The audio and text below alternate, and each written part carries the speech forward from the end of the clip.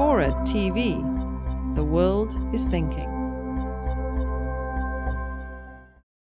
I think that one of the things I found interesting about Phil's presentation and Kathleen's earlier is when you really look at the numbers, how untenable the current publishing situation seems to be. I mean, we have this entire process in place of peer review and publishing to publish like 400 books.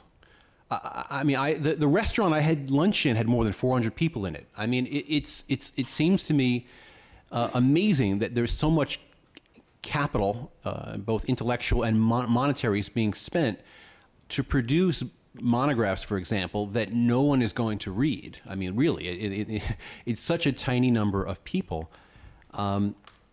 And I wonder if this isn't a time to sort of rethink our whole mission here, and getting to Cliff's notion of the sort of citizen scholars and the like, and the connections between universities and memory institutions and the general public.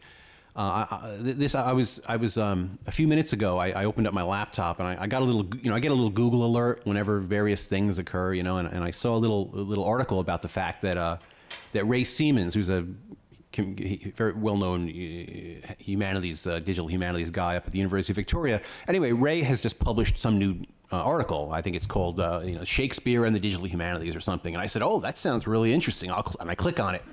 And what comes up? A paywall. It's printed in some journal. And that means I'll never get to read it, ever. And I work for the NEH. I fund this stuff.